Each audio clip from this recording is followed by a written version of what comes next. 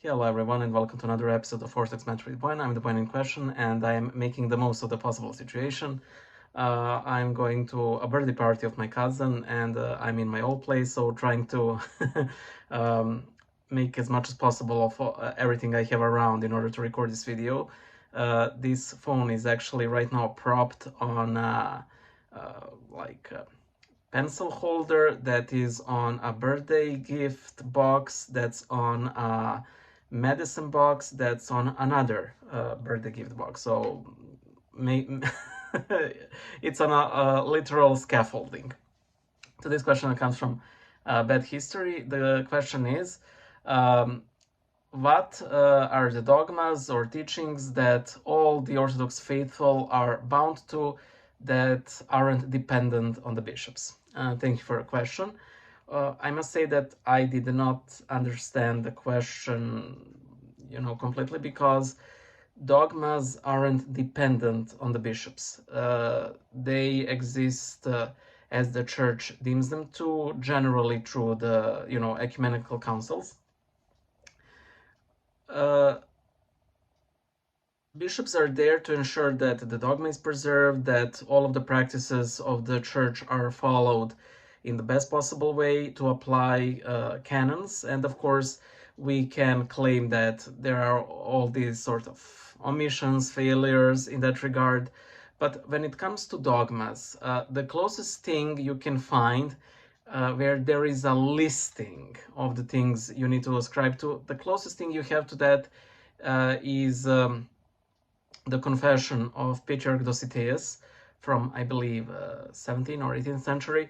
But even then, a lot of Orthodox never even heard of it, and I myself never once encountered a mention of this document until I got exposed to it on Ortho Twitter. So to say that a lot of people will claim, oh, this has ecumenical ecumenical value in the sense of like ecumenical council, which it really does not that much, honestly. But it's the closest thing we have to a sort of a universal confession of all of the teachings of the Orthodox Church. But even when it comes to like things that like the creed and everything, a lot of these are sort of made as regards in our opposition to heresy. You can see that, for example, in the Creed. Like in the Creed, we have no mention of the Holy mysteries except baptism.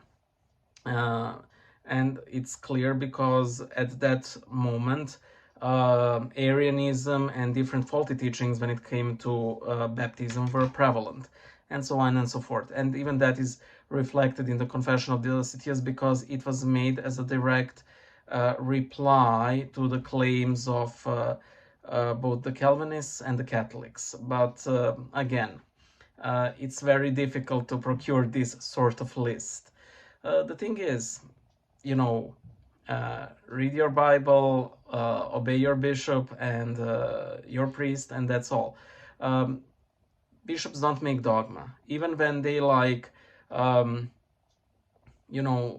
obliterate heresy. They do that at a council, and then it sort of becomes binding. But even then, it's not like they establish a dogma. They clarify an existing teaching, and that's very important to note, because otherwise we might be led astray that bishops create dogma where there was no dogma before. There was dogma before, it's just that certain faulty teachings cause distortions that need to be rectified, like the opposition to iconography.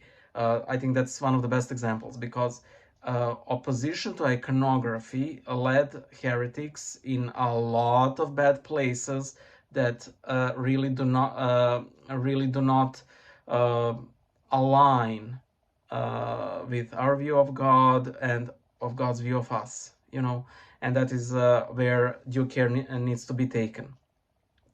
I think that's it. I believe you answered your question. Again, it wasn't really clear in one sense of what does it mean to have a dogma that's not apart from bishops or so on. But yeah, read the Confession of the Cities. Bye.